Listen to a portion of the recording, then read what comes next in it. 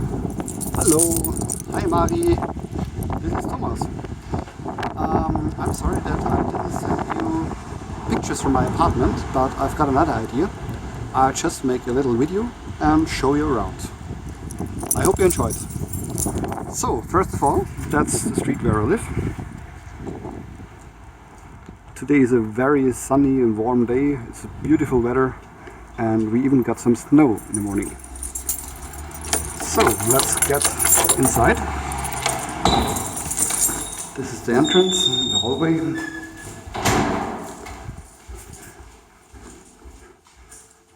And here is the elevator that we will use in some seconds. But first of all, here is my post box where all of your letters arrive. Yeah! So, now let's get to my apartment.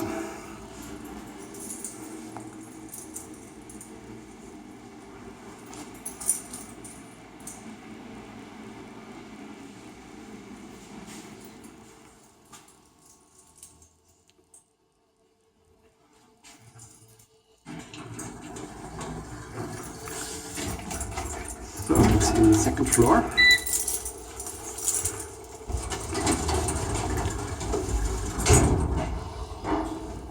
There really should be some music, some elevator music.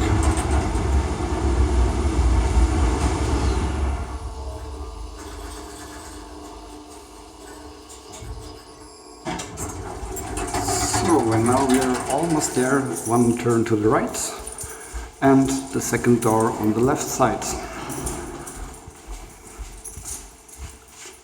Welcome, Marie. So, that's my door. And let's see whether anybody is at home. Perhaps two cats. I hope so. So, and yeah, that's my wardrobe. That's a toilet for guests. And here we come into my living room and kitchen. And I have to admit that I've not tidied up because this is rather spontaneous. And hey, there is our first inhabitant of this beautiful apartment. This is Clarice. Say hello to Mari.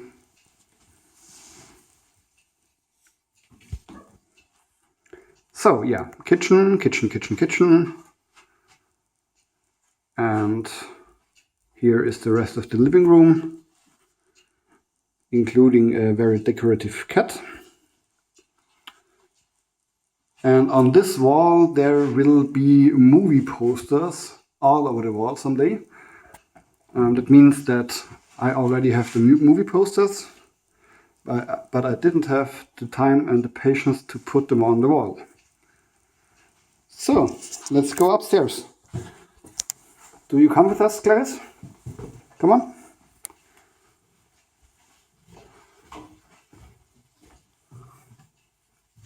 Hi.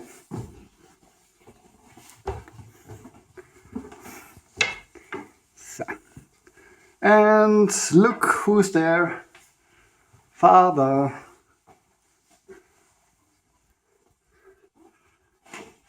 In his favorite place. Hi, Faber. He always wants to be petted. The whole time, 24 hours a day.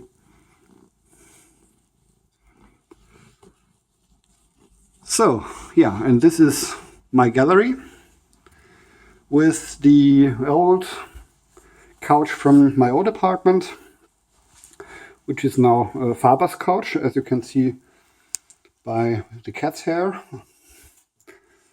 Yeah, and there are my movies, quite a lot, and probably too many. So, and here we come to my CDs and some other movies, again, too many. Yeah, this is my university degree. Not so impressive. This is another toilet. I've got one upstairs and one downstairs.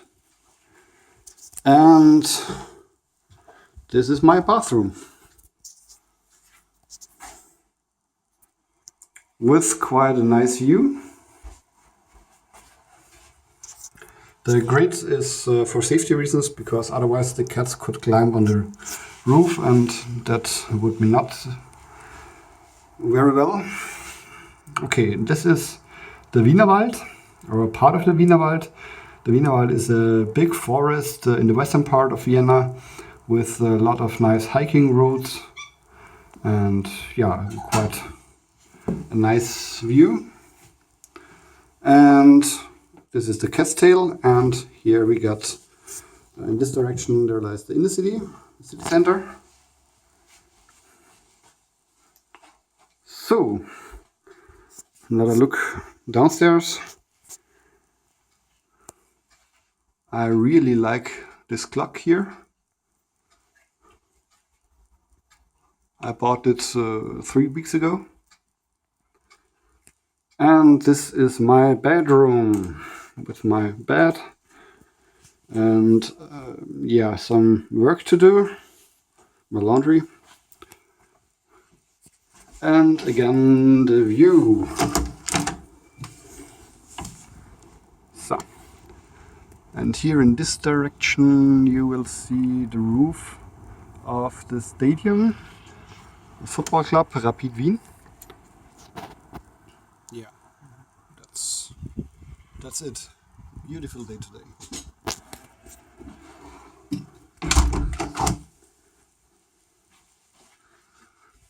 Good. Then the last room. The last room is my second living room, or the library as I call it, with my big couch and a very colorful table and my TV and a totally chaotic desk and of course my books. Yeah. And just to show you how crazy I am, this shelves contain only books I still have to read. Yeah, I know. And this is one of the favorite places of Clarisse, isn't it? Yeah. And look what we've got here. A book. The Little Paris Bookshop by Nina George. Well, Nina is a German writer.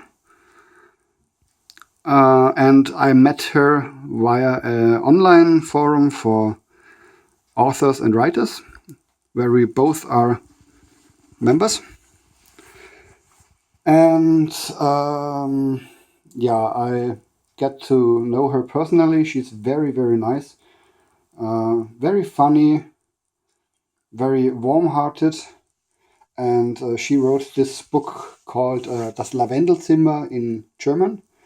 And the English translation, or the English title, is Little Paris Bookshop. It was a huge success all over the world, even in the United States, where it went up the bestseller list.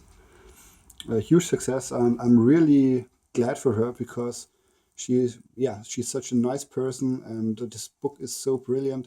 It's about a bookstore on a boat on the Seine in Paris, and the owner of the bookshop doesn't just sell books. He chooses the right book for every person who comes into his bookshop, because he thinks that there is the right book for every person at a certain in a certain time. And he heals all his customers from their suffering from loneliness, or from depression, and from when they are in love and their love isn't responded, but he isn't able to cure himself.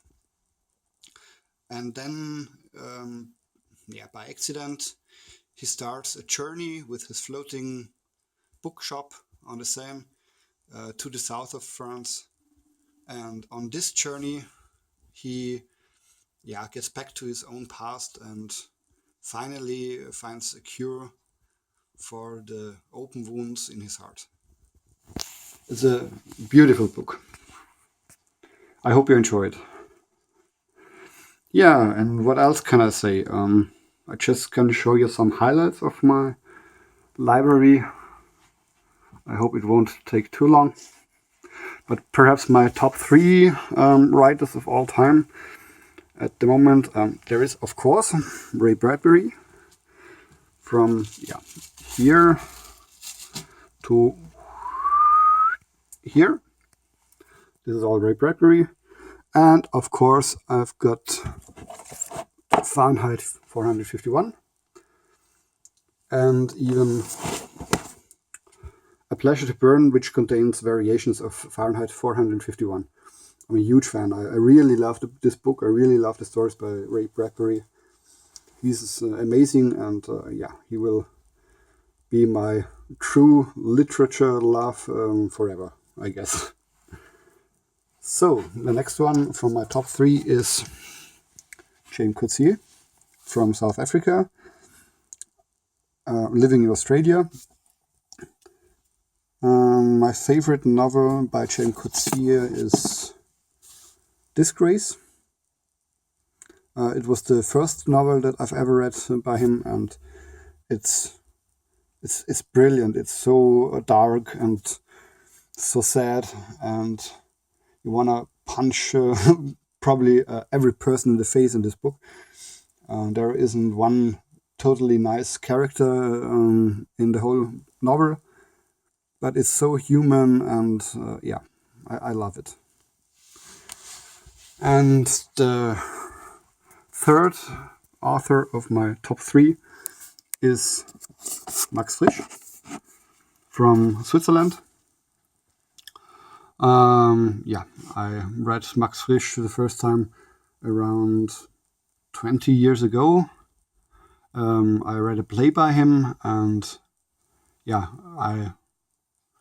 it took me only this one play to convince me, and since then he's one of my favorite writers of all time. I read everything he ever wrote, even his journals, and I love him.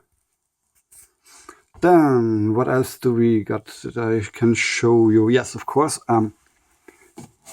Here we got her, Clarice Lispector, Nahe dem wilden Herzen. I really love this title. So poetic, so lyrical, and it was a great book.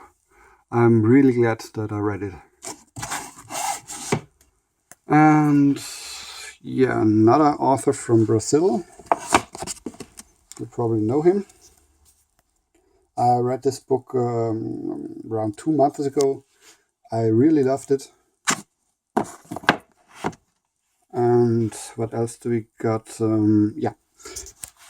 This is important because Viktoria Schlederer is my best friend. She is an amazing author, now a little bit struggling because she doesn't believe anymore in her writing, which is totally rubbish because she's brilliant as ever, but she doesn't know it. With this novel, Des Teufels Maskerade, she won a competition of a German publishing house who searched for a fantasy novel, and she was picked out of, I guess, 2,000 drafts, 2,000 books which were in this competition. And it's absolutely brilliant. It's a mixture of fantasy and historical novel.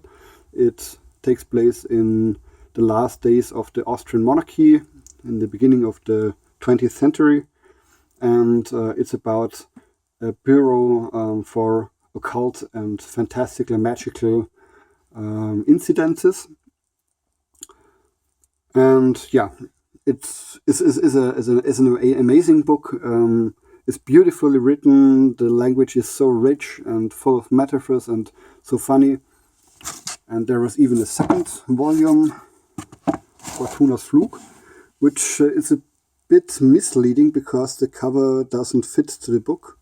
When you look at the cover, you think that this could be kind of a romantic novel, perhaps a little steampunk novel because of this here.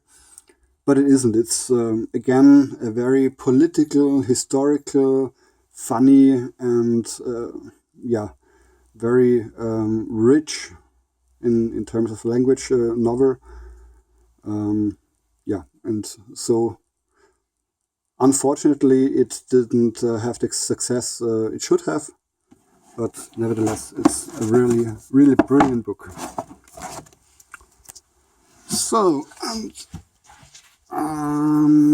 the last one I can show you. Donald Hart, The Goldfinch. This was the best novel I read in 2015. An excellent book. Yeah, this is it. Here's Faber again. Hello. Yeah. So, I hope that you enjoyed this little show, and now you know how I live and what's important for me, in my books, of course. And you got to see Faber and Clarisse.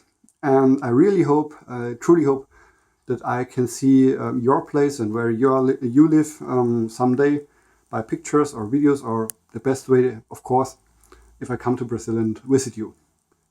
Bye!